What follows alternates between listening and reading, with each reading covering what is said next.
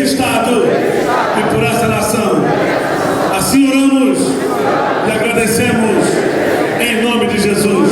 Aplauda ao Senhor.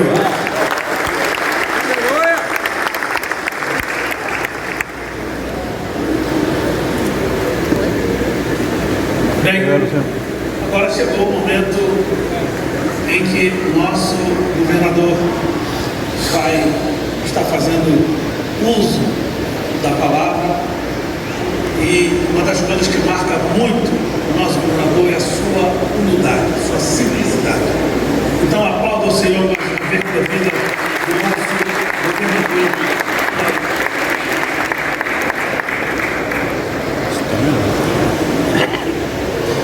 Bom dia, meus irmãos, minhas irmãs, a paz do Senhor a cada um de vocês. Sabe qual é a beleza? A maior beleza desse encontro, desse ano, é o encontro do ano passado. Eu vou dizer por quê. Porque ano passado, quando a gente fez esses primeiros encontros de prestação de contas, nós fizemos com evangélicos, fizemos com católicos, fizemos com associações, fizemos com todos aqueles que quiseram dialogar conosco.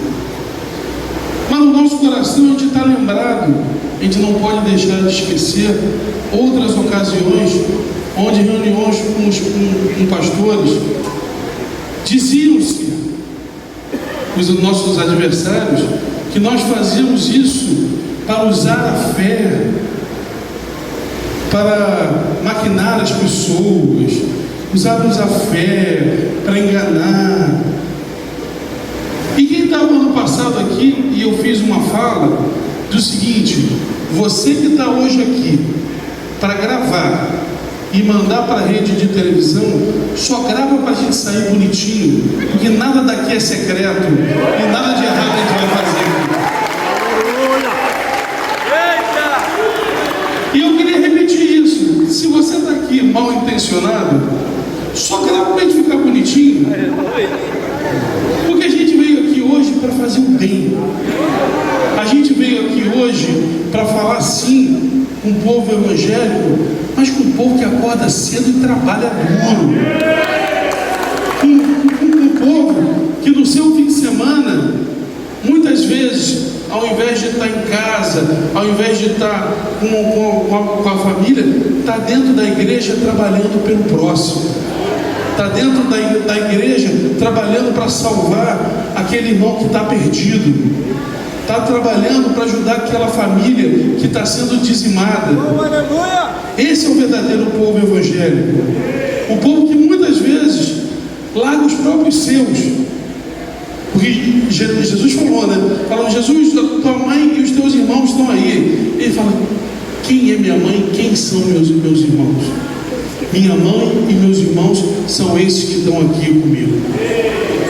E é essa realidade que o povo evangélico tem vivido há anos. E que graças a Deus incomoda, tá?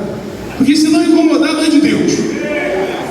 Se não incomodar, é de qualquer coisa, mas não é de Deus. A gente está aqui para incomodar mesmo. Os cristãos estão aqui para fazer diferente, para ir lá, para destronar poderosos. E eu queria dizer, meus irmãos e minhas irmãs, que se acostumem, porque esse evento, esse e outros que nós já temos tido, vão acontecer durante todos os anos. Porque aqui a gente não tem vergonha de dizer o que a gente é. E nós somos cristãos e nós viveremos isso, nem que tenhamos que morrer, para dizer que a nossa fé é essa, e nós não abandonaremos a nossa fé de forma alguma.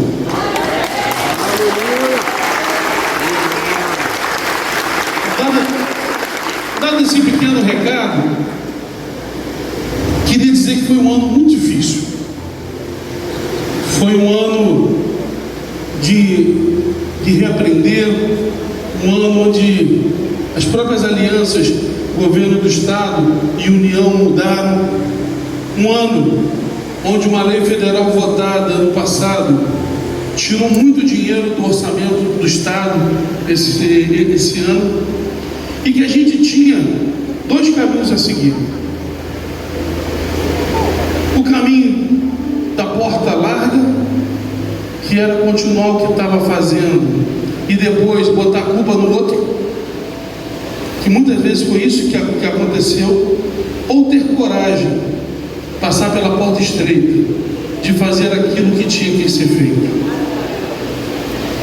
E eu sinceramente não me sentiria digno de estar aqui, alguém que confia, que devota a sua vida ao Senhor dos Exércitos, e não fazer aquilo que é o mais difícil. Porque a gente sabe que o nosso rei, o nosso mestre, para salvar a gente, ele teve que passar pela cruz. E se não passar pela cruz, não tem salvação. E esse ano nós decidimos que, por mais difícil que fosse, nós passaremos pela cruz de fazer o correto, de fazer o certo, de fazer aquilo que vai fazer com que lá na frente a gente não chore de novo. E foi um ano que tivemos que fazer muitas escolhas. E eu falei, entre tijolo, entre pedra e entre gente, eu fico com as pessoas.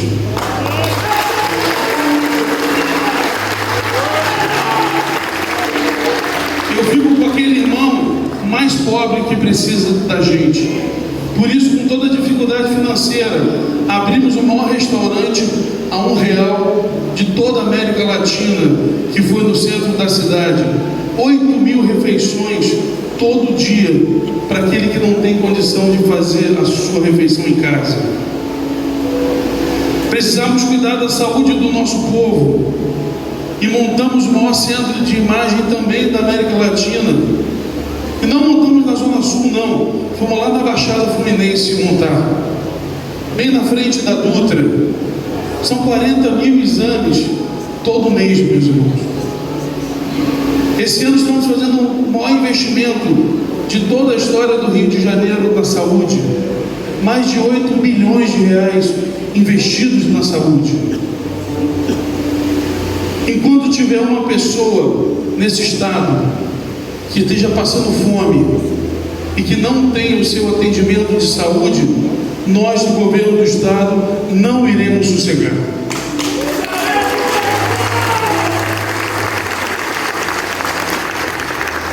Infelizmente, no estado do Rio de Janeiro, um estado que gastou bilhões de reais com Copa, com Olimpíada, quando você vai lá para o norte e noroeste, mulheres e irmãs, muitas delas da igreja, pegam o seu filho pequeno no colo, às 3h30, 4 da manhã, para pegar uma van, ficar 4 horas na van, para vir fazer tratamento de câncer no INCA.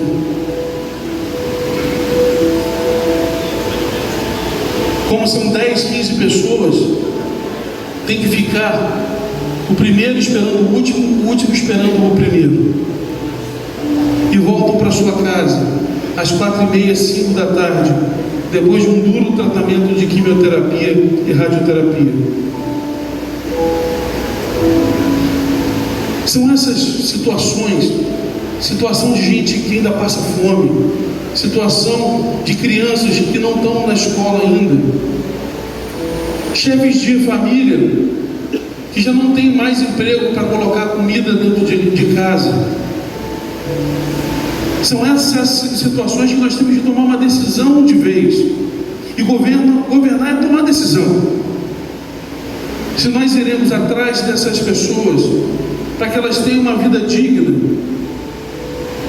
ou se nós vamos trabalhar para aparecer na televisão bonito. E acho que quem vê televisão percebe que eu só apanho, né? E cada vez que eu apanho, eu levanto a mão para o Senhor e falo, obrigado, Senhor, porque é certeza que eu estou no caminho certo. Quanto mais eu apanhar desses, mais é sinal que eu estou incomodando de verdade. Que quem tem medo, eu vi uma frase essa semana que fala o seguinte: quem escolheu pela caminhada não pode reclamar da travessia. Quem daquela passagem, da passagem que eu adoro, do Evangelho, que fala que Jesus deita no barco e dorme.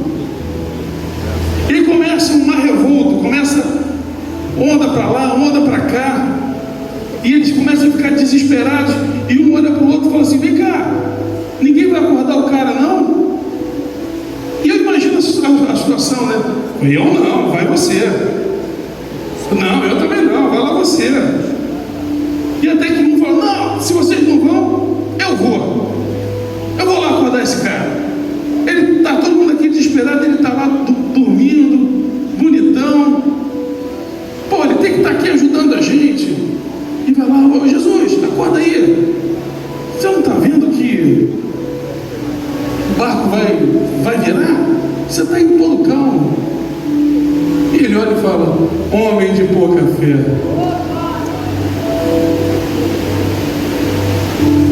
E a promessa dele naquele dia não é que não teria tempestade, não é que não seria difícil. A promessa é que ia chegar do outro lado. Eu não tenho dúvida, meus irmãos, que a promessa de Deus para a nossa vida é que a gente vai chegar do outro lado. E eu creio demais nisso. Eu creio demais que o trabalho que tem sido feito, por mais difícil que seja, quem entra nas comunidades hoje sabe da dificuldade na segurança pública. O investimento que nós estamos fazendo em tecnologia, em investigação, em inteligência, é que a morte de uma criança que toma um tiro de bala perdida não pode ser mais natural na nossa vida. Não dá mais para a gente achar que as mazelas da nossa sociedade acontece. Nós tomamos uma decisão, e essa decisão é fazer aquilo que tem que ser feito, por mais que isso vá gerar tempestade, por mais que isso vá gerar dificuldade. Mas eu não tenho dúvida que nós estamos nos direcionando para o outro lado da margem. Eu não tenho dúvida que se Jesus está no nosso barco dormindo, não é porque Ele não está preocupado conosco, é porque Ele sabe que no final nós iremos vencer.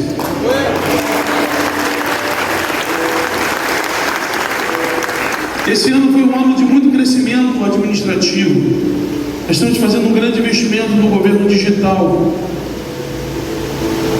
para que o governo pare de ser uma pedra no sapato das pessoas, para que as pessoas possam resolver a sua vida por um toque de celular. Quando eu assumi, nós éramos o 21º estado digital do Brasil, em 27. E hoje, 3 anos depois, nós somos o 3º colocado e seremos o mais digital até o fim do ano que vem.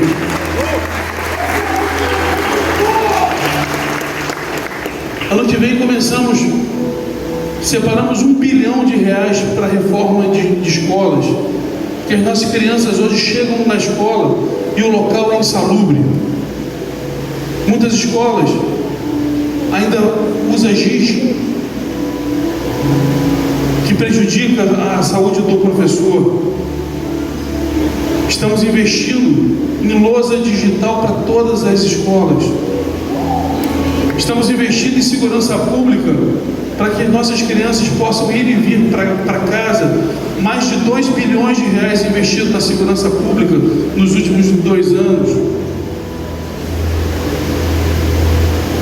Eu não tenho dúvida, eu não tenho a menor dúvida, que o caminho que nós estamos seguindo vai me gerar pancada no noticiário da noite, mas é o caminho que a gente precisa fazer para resolver o problema de uma vez por todas.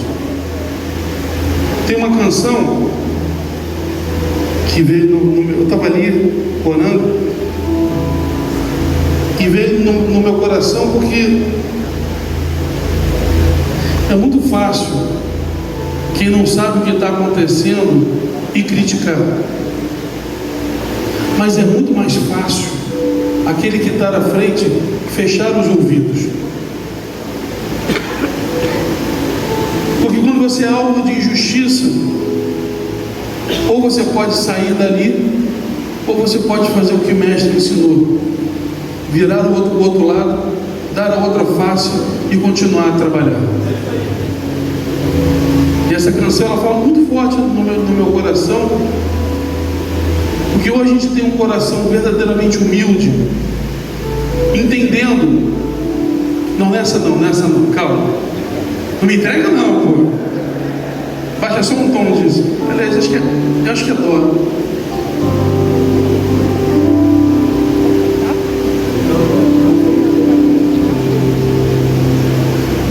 Segura aí.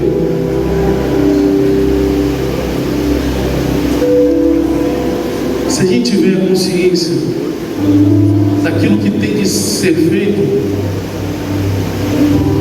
eu não tenho dúvida que Deus, Ele vai abençoando os nossos caminhos.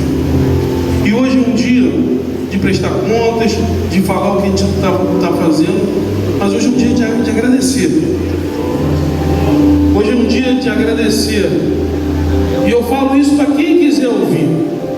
Eu tenho falado recorrentemente o que eu vou dizer aqui.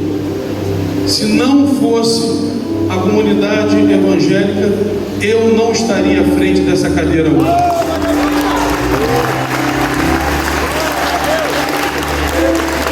Se não fossem os pastores, pastoras, missionários que acreditaram no nosso trabalho.